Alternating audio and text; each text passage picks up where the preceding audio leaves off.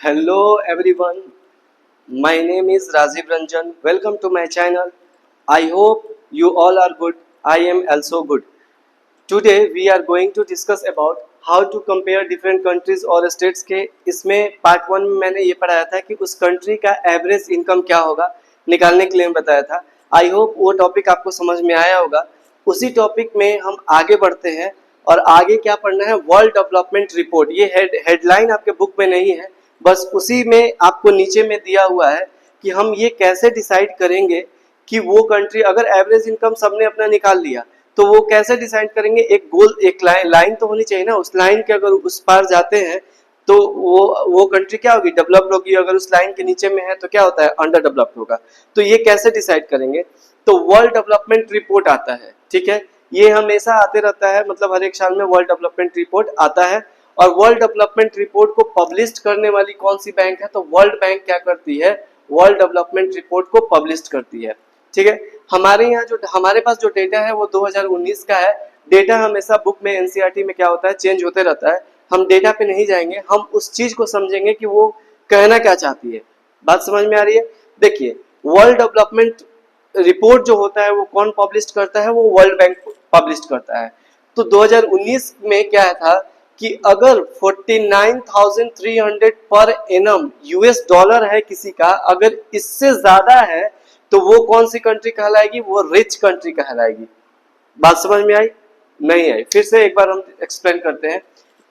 49,300 per annum या इससे ज्यादा अगर किसी कंट्री का एवरेज इनकम है तो वो कंट्री क्या कहलाएगी, रिच कंट्री कहलाएगी। बाई बात समझ में। अब उसके बाद क्या होता है, सेकेंड स्टेप, जिस कंट्री का इनकम $25,000 है और उससे कम है, यानी 2500 से कम है, तो वो कंट्री हमारी क्या कहलाएगी, लो इनकम कंट्रीज कहलाएगी। उनको हम अंडर डेवलप नहीं कहेंगे क्योंकि बुरा लग जाएगा। इसीलिए हम क्या करते हैं, उनकी सैलरी क्या है या उनकी इनकम क्या है, वो हमारी लो इनकम कंट्रीज है। लो इनकम कंट्रीज के किसे कहेंगे, जिसका अमाउंट, एवरेज अमाउंट जो होगा इससे और 2500 यूएस डॉलर और उससे कम होगा, उसे हम क्या कहेंगे, लो इनकम कंट्रीज कहेंगे। आई बात समझ में।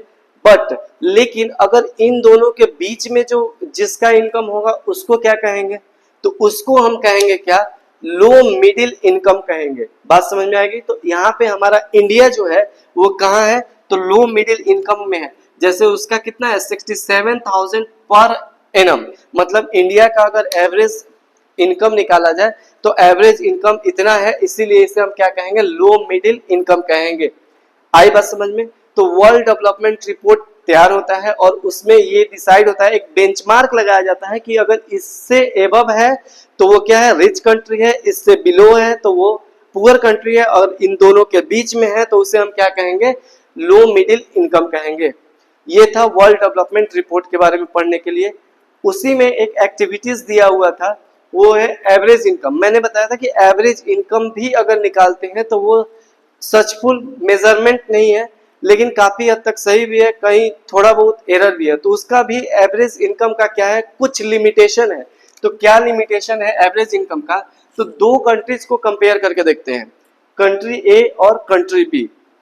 No doubt. अब देखिए, कंट्री ए में एक आदमी 95,000 कमा रहा है, दूसरा 10,500 कमा रहा है, तीसरा 9800 कमा रहा है, 10,000 एंड अगेन 10,200 कमा रहा है। अगर इसका बात करें टोटल इनकम का, तो टोटल इनकम हमारा कितना है, 50,000 है।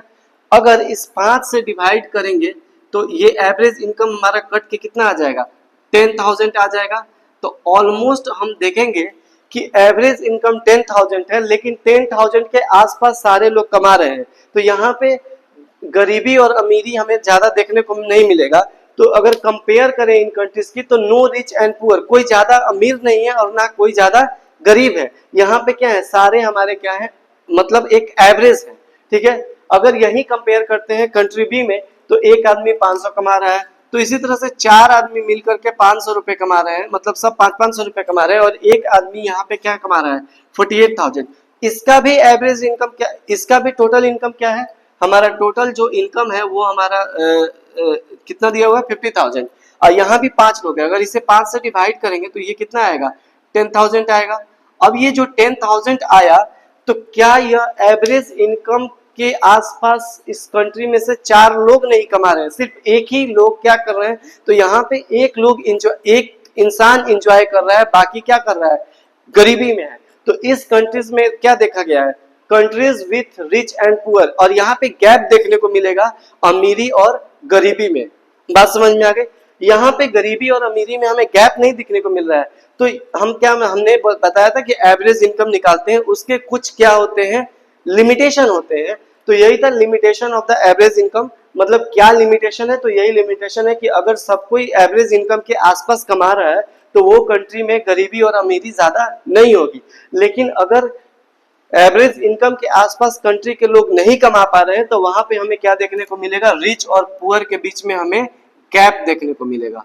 ठीक है, और एवरेज इनकम एक सचफुल मेजरमेंट नहीं होता है, क्योंकि ये डिस्पैरिटीज को क्या करता है, हाइड करता है। तो यहाँ पे लिखे भी है, average are useful for the comparison. Comparison करने के लिए क्या है, यूजफुल मेजरमेंट है, कि मतलब उस कंट्री का एवरेज इनकम इतना है, इस कंट्री का इतना है, तो कंपेरिजन करने के लिए यूजफुल है। बट इसमें भी कुछ प्रॉब्लम्स है, क्या है, ये डिस्पैरिटीज को हाई कर देता है, मतलब हाइड कर देता है। डिस्पैरिटीज जो आपस में जो डिस्पैरिटीज है उसे क्या कर देता है, हाइड कर देता है। कौन, ये एवरेज इनकम। ठीक है, it does not tales how the income is distributed among the people. हम ये नहीं कह सकते हैं कि कैसे पैसा को डिस्ट्रीब्यूट किया गया है, एवरेज अगर इनकम निकालते हैं तो कैसे पैसा को डिस्ट्रीब्यूट किया गया है, ये हम नहीं कर सकते हैं। अगर देखा जाए तो यहाँ पे क्या कर रहा है कि यहाँ पे अगर कंट्री ए जो है वो ज्यादा अच्छा है, क्योंकि सब जो है आसपास कमा रहे हैं, यहाँ पे गैप देखने को मिल रहा है अमीरी और गरीबी में। तो यहाँ पे जो भी रिसोर्सेस है वो एक ही आदमी क्या करेगा, यूज करेगा। यहाँ पे सब मिल करके यूज करेंगे, तो यहाँ पे गैप नहीं देखने को मिल रहा है, यहाँ पे गैप देखने को मिल रहा है। तो कंपेयर करने के लिए यूजफुल मेजरमेंट है एवरेज इनकम, बट ये डिस्पैरिटीज को क्या कर देता है, हाइड कर देता है। आई होप यहाँ तक आपको समझ में आया होगा। ठीक है, और अगले वीडियो लेक्चर में हम अगला क्या करेंगे, टॉपिक को डिस्कस करेंगे जो है इनकम एंड अदर क्राइटेरिया, जो अगले वीडियो लेक्चर में आएगा। Thank you for watching me. I hope you all are enjoy for this video. Thank you.